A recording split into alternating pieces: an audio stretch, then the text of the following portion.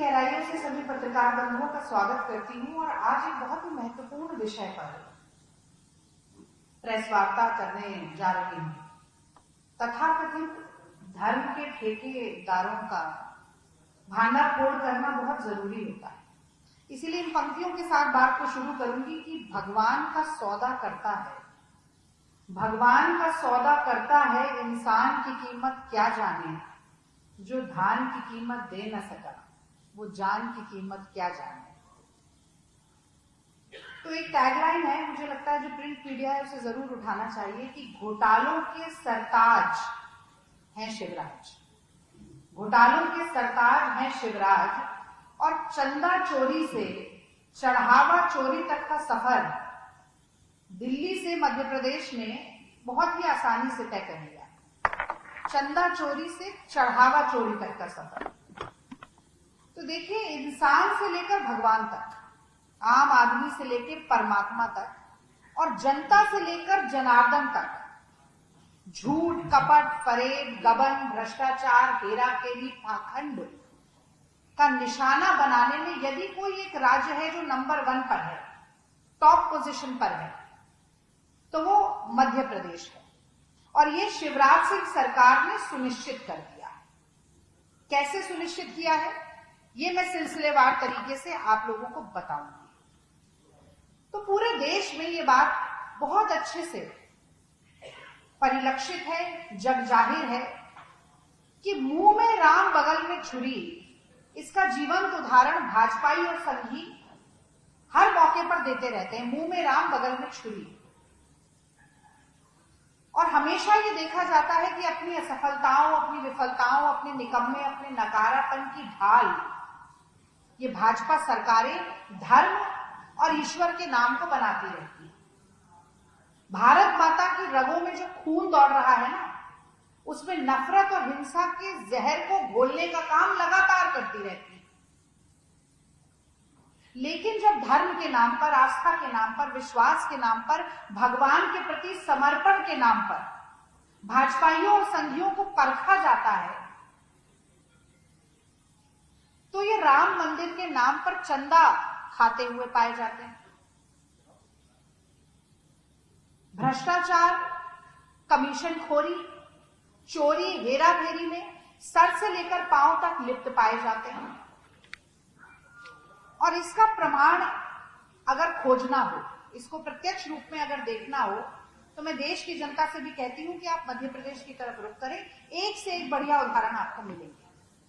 तो अभी महाकाल लोक में हुआ महाघोटाला जो था, उसकी 30 में कमी आनी शुरू भी नहीं हुई।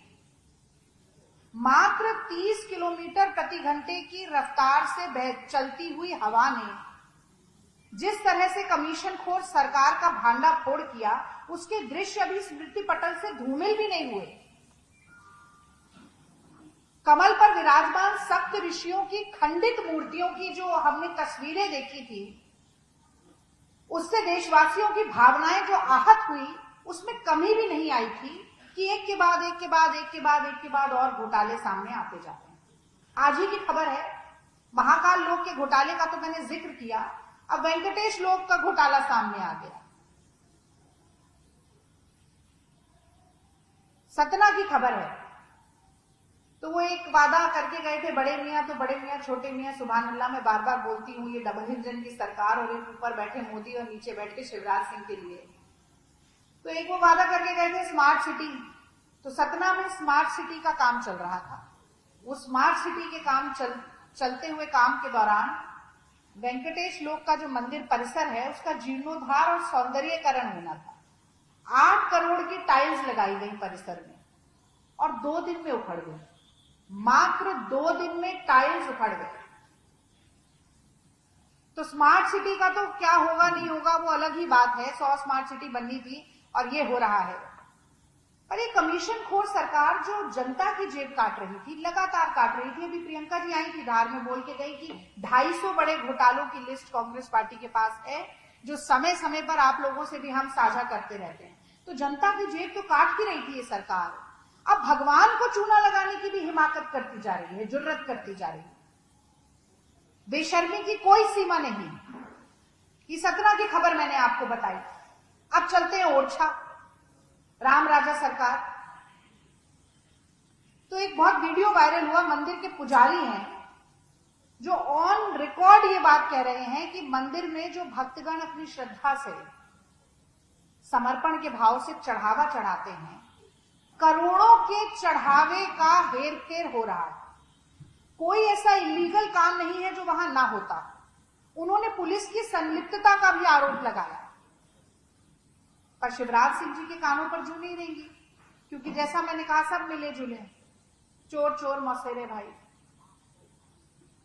और लगातार ये बात आज से नहीं, 2017 में भी इन्हीं की सरकार थी, तब से उठ रही है। एक आरटीआई एक्टिविस्ट हैं लोकल, राम नरेश दास, जिन्होंने 2017 में आरटीआई के जरिए ये सारा डेटा निकाला और ये सारा पर्दाफाश किया। एफआईआर लॉन्च हुई पर कोई कार्रवाई नहीं हुई।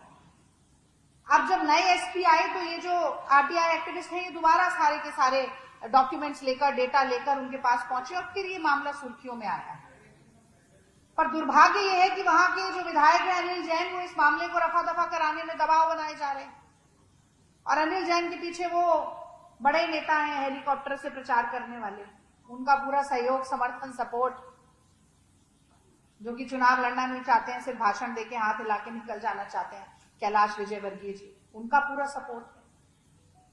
तो ये कहा जाता है कि विनाश काले विपरीत बुद्धि। जब किसी अधर्मी शासक के कुशासन का अंत समय निकट होता है तो उसकी बुद्धि भ्रष्ट हो जाती है, वो आनन फानन में बहुत गलत निर्णय लेने लगता है। तो एक तरफ तो ये सरकार खुद ही भ्रष्टाचार कर रही है और दूसरी तरफ राम राजा सरकार को आयकर विभाग से नोटिस भिजवा रही है, कह रही है आपकी 1,22,00,000 की आय हो गई है राम राजा जी, अब इस पर आप हमें रिटर्न भर के दे दीजिए। धर्मार्थ श्रद्धा के कामों पर आय को गिनकर रिटर्न मांग रहे हैं। एक तरफ खुद भ्रष्टाचार कर रहे हैं, दूसरी तरफ राम राजा सरकार को नोटिस भेज रहे हैं। और भगवान से विमुख होने के अगर मैं उदाहरण गिनाना चाहूं तो कोई कमी नहीं होगी, बहुत लंबी फहरिस्त है। तो अब ओरछा से भी मैं आपको मुरैना ले चलती हूं। बजरंग बली के नाम पर नोटिस भेज देती है सरकार और कहती है कि हनुमान जी आपने अतिक्रमण किया हुआ है रेलवे की जमीन पर, और भाषा यह है कि 7 दिन में खाली नहीं किया मंदिर तो भगवान को धमकी दे रहे हैं, हनुमान जी ने अतिक्रमण कर दिया है, मंदिर को हटाइए। महावीर विक्रम बजरंगी, कुमति निवार सुमति के संगी।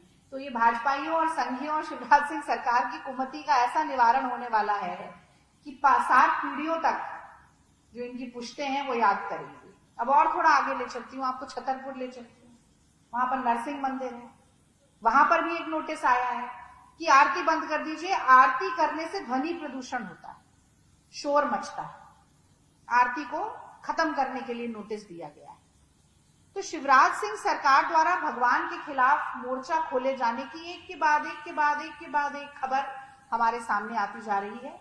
इसीलिए मुझे लगता है कि ये कहना आज बहुत जरूरी है, और खास तौर से जो धर्म की ठेकेदारी, धर्म की दुकान सजाकर बैठने वाले लोग हैं, जो खुद कभी रामचरितमानस या कोई धार्मिक ग्रंथ पढ़ा नहीं होगा, धर्म से, हिंदू सनातन धर्म से जुड़े किसी विचार को आत्मसात नहीं किया होगा, वो लोग जब वोट बटोरने के लिए जनता के बीच में जाते हैं और धर्म पर प्रवचन देते हैं, तो मुझे लगता है ऐसे लोगों की कलई खोलना बहुत ज्यादा जरूरी है। पर उपदेश कुशल बहु तेरे, खुद कुछ आत्मसात नहीं करेंगे, दूसरों को प्रवचन देंगे। तो रामचरितमानस में लिखा हुआ है, निर्मल मन जन सो मोहि पावा, मोहि कपट छल छिद्र न भावा। तो आज बहुत लंबी प्रेस वार्ता नहीं करूंगी और ये कहते हुए खत्म करूंगी कि भगवान से विमुख इस कपटी, अधर्मी, पापी सरकार को जनता नहीं करेगी माफ, और वोट की चोट से भारतीय जनता पार्टी होगी साफ। बहुत बहुत धन्यवाद। मैडम, आपने अनिल जैन का नाम लिया, निवाड़ी विधायक है, तो वहां पर मैडम जो सीयू है विगत 15 वर्षों से जम्मू में कांग्रेस की 15 महीने की सरकार आई, 2 भी नहीं हटे वो, और उस सीयू का प्रभुत्व मैडम पूरी 71 पंचायतों में है और उसका प्रमोशन भी हो गया, विगत 15 वर्षों से वहां वो पदस्थ है। तो इस संबंध में आप क्या अभी कार्रवाई करेंगे उसको हटाने के लिए? वो मतलब देखिए, 18 साल बनाम ये जो 15 महीने का जो प्रश्न बार बार उठाया जाता है, मैं समझती हूँ कि थोड़ी ज्यादती है। आप, हमारी सरकार जो अब मुझे लगता है कि 1-1.5 महीने में बनने ही वाली है, उसके बाद आपको इस तरीके के सवाल पूछने का मौका ही नहीं मिलेगा, इतना मैं आपको जरूर आश्वासन देती हूँ।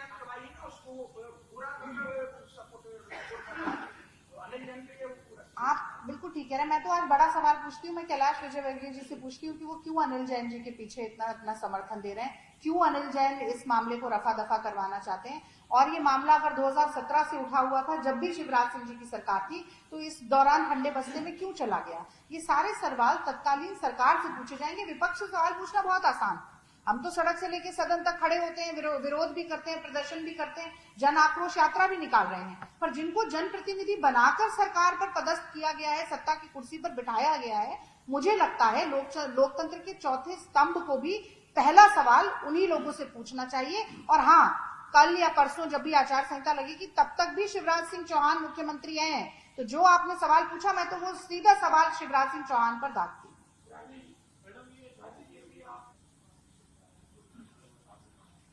हनुमान जी को इलीगल नोटिस भाजपा सरकार जारी कर रही है, क्या आपके ऐसा कोई संज्ञान में है कि किसी मस्जिद, किसी गुरुद्वारा और नेत्री को विश्वास सरकार से कोई आक्रमण किया है, ऐसा नोटिस आपके संज्ञान में हो? देखिए, आज मैंने मंदिर से संबंधित 3-4 मंदिर से संबंधित, हाँ, मैं आपको बता दूं, मैं आपने सवाल पूछ लिया, मुझे देख के जवाब देने का तो अधिकार है।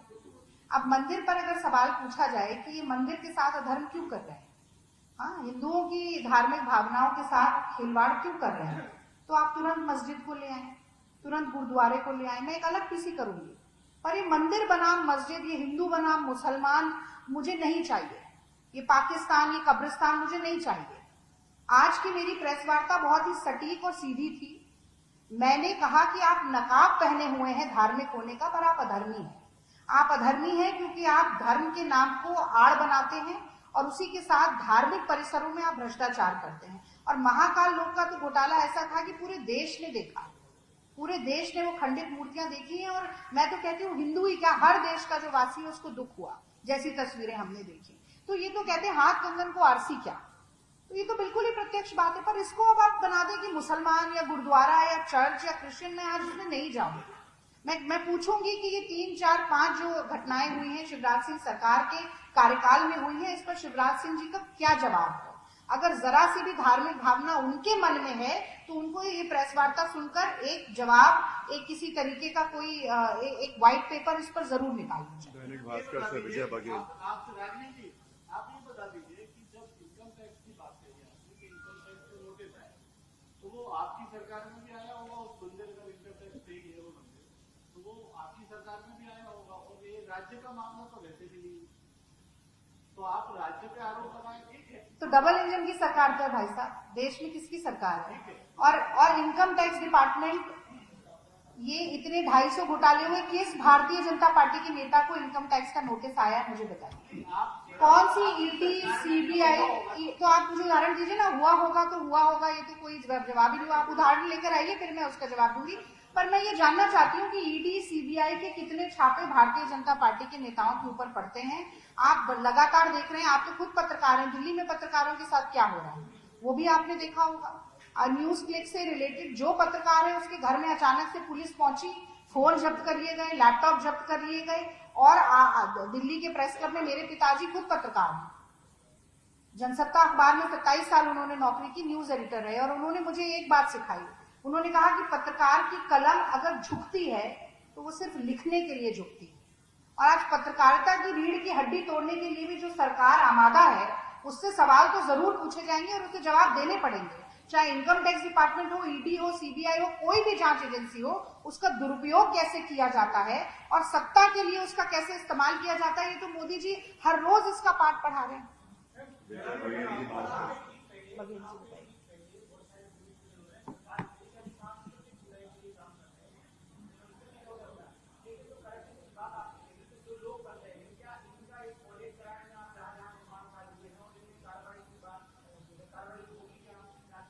देखिए, सबसे महत्वपूर्ण बात जो आपने कहा कि चुनाव के होने से ऐन पहले, अधिसूचना आने के ऐन पहले बहुत सारे, आज मैं तो कोई ये देख रही थी, 19,000 करोड़ की परियोजनाओं की घोषणा मोदी जी एक भाषण में करके गए, 10,000 करोड़ की दूसरे में करके गए।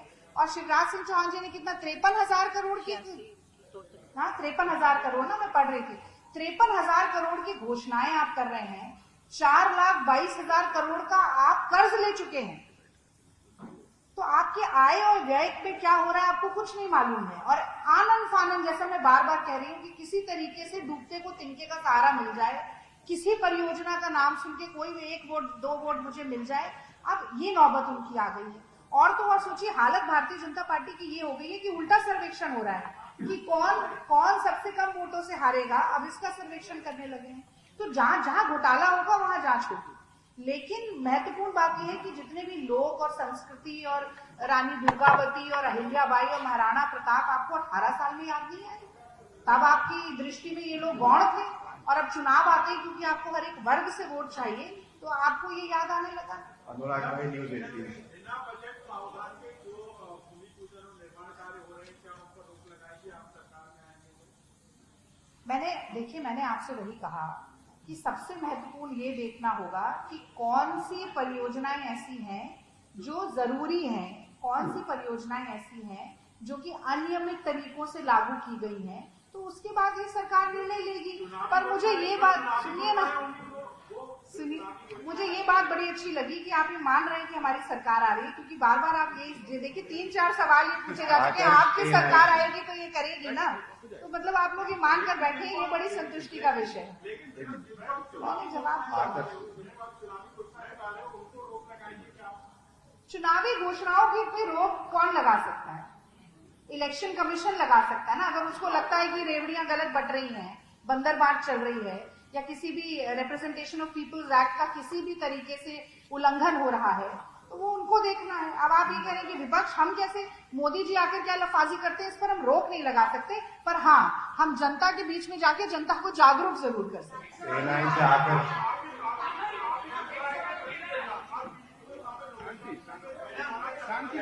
मैं सबके जवाब दूंगी। मैं देखिए, मेरी भाजपा, देखिए मोदी जी तो प्रेस वार्ता करते नहीं, लेकिन भारतीय जनता पार्टी यहाँ जो प्रेस वार्ता करती है 2-3 सवाल लेती है, उठती है, चली जाती है। मैं ऐसा नहीं करूंगी, हर सवाल का जवाब दूंगी।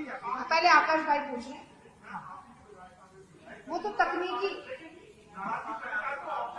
अरे भैया वो तो तकनीकी विधायक थे ना, 2021 से भी आप जान रहे हैं कि वो विधायक किसके साथ है। वो तो इसलिए लटके हुए थे कि उनकी विधायकी अगर पहले चली गई तो उनको पेंशन नहीं मिलेगी, विधायक ही नहीं रहेंगे, तो इसलिए वो तो सबको मालूम था होना नहीं होना। और कुछ समय बाद बहुत पछताएंगे। अभी चुनाव देखते जाइए, इब्तिदा इश्क क्या होता है, क्या आगे रोता है, क्या आगे आगे देखिए होता है क्या।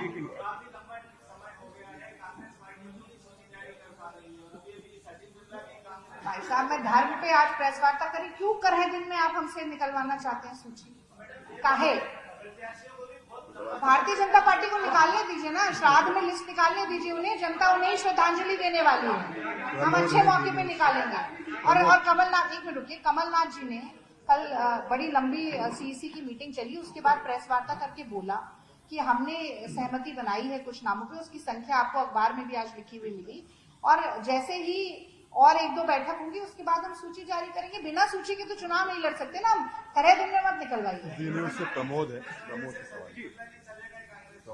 अरे सचिन बिरला जी तो तकनीकी रूप से टंगे हुए थे, अच्छा हुआ चले गए, कोई दुख नहीं है। अगर वो नफरत के फरमान वालों के साथ जुड़ना चाहते हैं जुड़िए, हमारी मोहब्बत की दुकान।